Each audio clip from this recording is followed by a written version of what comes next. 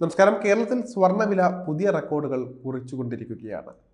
ഇന്ന് അതായത് ഫെബ്രുവരി മാസം 11-ാം തീയതി ഒരു പവൻ സ്വർണത്തിന് 640 രൂപയാണ് കൂടിയിരിക്കുന്നത്. ആഗോള വിപണിയിൽ സ്വർണ്ണവില വൻ കുതിപ്പ് നടത്തുകയും ചെയ്യുന്നുണ്ട്. ഈ സാഹചര്യത്തിലാണ് കേരളത്തിലെയും വിലമാറ്റം. കേരളത്തിൽ ഇന്ന് 22 കാരറ്റ് സ്വർണം ഗ്രാമിന് 80 രൂപ വർദ്ധിച്ച് 8,086 രൂപയായിട്ടുണ്ട്. പവന് 640 രൂപ വർദ്ധിച്ച് 64,480 രൂപയിലും എത്തിയിട്ടുണ്ട്. വെള്ളിയുടെ വില 106 എന്ന ഗ്രാം വിലയിൽ തുടരുകയാണ്. ഒരു പവൻ ആഭരണം വാങ്ങാൻ പണിക്കൂലിയും GSTയും ചേരുമ്പോൾ ഏതാണ്ട് 70,000-ന് മുകളിൽ ചിലവ് വരും. പഴയ സ്വർണം വിൽക്കുന്നവർക്ക് 1,300 രൂപ മുതൽ 2,600 രൂപ വരെയുള്ള സംഖ്യ കുറച്ച് പവൻ വില കിട്ടും. 22 കാരറ്റ് സ്വർണം വില കൂടുമ്പോൾ 18 കാരറ്റിന് പ്രിയമേറുകയാണ്. ഈ പരിശുദ്ധിയിലുള്ള സ്വർണത്തിനും വില കൂടുന്നുണ്ട്. ഇന്ന് 65 രൂപയാണ് ഗ്രാമിന് അതിന് വർദ്ധിച്ചിരിക്കുന്നത്. 6,650 രൂപയാണ് ഒരു ഗ്രാം സ്വർണത്തിന്റെ വില.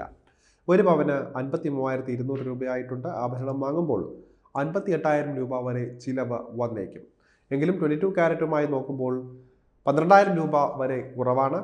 18 കാരറ്റിനും വില ഏറി വരുന്ന സാഹചര്യത്തിൽ 14 കാരറ്റ് സ്വർണം ആവശ്യപ്പെട്ട് ഉപയോക്താക്കൾ ജ്വല്ലറികളിൽ എത്തുന്നുണ്ട്. 52% സ്വർണവും ബാക്കി മറ്റ് ലോഹങ്ങളും ഉൾപ്പെടുന്ന സ്വർണമാണ് 14 കാരറ്റിലുള്ളത്.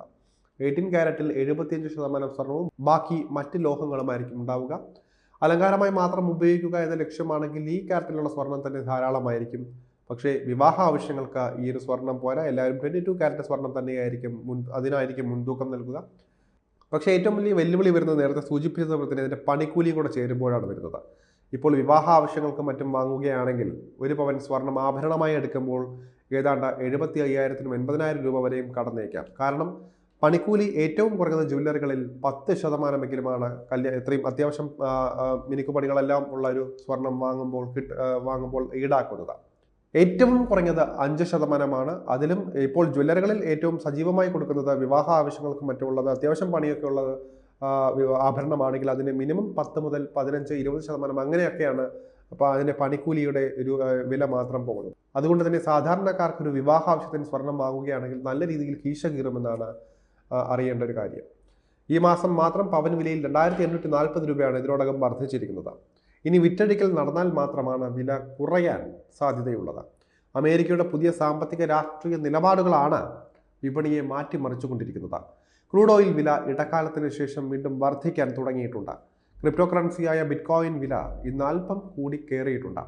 ഡോളർ കുതിക്കുകയും രൂപ ഇടിയുകയുമാണ് ഇപ്പോൾ ചെയ്യുന്നത്. ആഗോള വിപണിയിൽ സ്വർണം ഔൺസിന് $2,920 ആയിട്ടുണ്ട്. വ്യാപാരം തുടരുന്നതിനാൽ തന്നെ ഇതിൽ മാറ്റവും വന്നേക്കും. ഡോളർ മൂല്യം അല്പം കയറിയിട്ടുണ്ട്. 108-ന് മുകളിലാണ് ഡോളർ സൂചിക ഉള്ളത്. അതുകൊണ്ട് തന്നെ രൂപ ഇടിവ് തുടരുകയാണ്. കഴിഞ്ഞ ദിവസം വലിയ തോതിൽ ഇടിഞ്ഞ ശേഷം രൂപ അല്പം മെച്ചപ്പെട്ടിരുന്നു. ഇന്ന് വീണ്ടും ഇടിഞ്ഞിരിക്കുകയാണ്. 86.97 വരെ ഒരു വേള താഴ്ന്നിട്ടുണ്ട്. രൂപ കരുത്ത് വർദ്ധിപ്പിച്ചാൽ സ്വർണ്ണവിലയിൽ അല്പം കുറവ് വന്നേക്കും. അല്ലെങ്കിൽ ഡോളർ കരുത്ത് കൂട്ടിയാലും സ്വർണ്ണവില കുറയാൻ സാധ്യതയുണ്ട്. വിപണിയിൽ കനത്ത ആശങ്ക നിലനിൽക്കുകയാണ്. ഇതാണ് സ്വർണത്തിലേക്ക് കൂടുതൽ പേർ ആകർഷിക്കപ്പെടാൻ കാരണമാകുന്നത്. നഷ്ടം വരാത്ത ലോഹമായി എല്ലാവരും സ്വർണത്തെയാണ് കാണുന്നത്. എപ്പോൾ വിറ്റാലും ലാഭം കിട്ടും എന്നതാണ് സ്വർണത്തിന്റെ പ്രത്യേകത. അതേസമയം ക്രൂഡ് ഓയിൽ വില അല്പം കയറിയിട്ടുണ്ട്. ബ്രന്റ് ക്രൂഡ് ബാരലിന് $76 പിന്നിട്ടിട്ടുണ്ട്. ബിറ്റ്കോയിൻ വില $97,000 കടന്ന് മുന്നേറിക്കൊണ്ടിരിക്കുകയാണ്.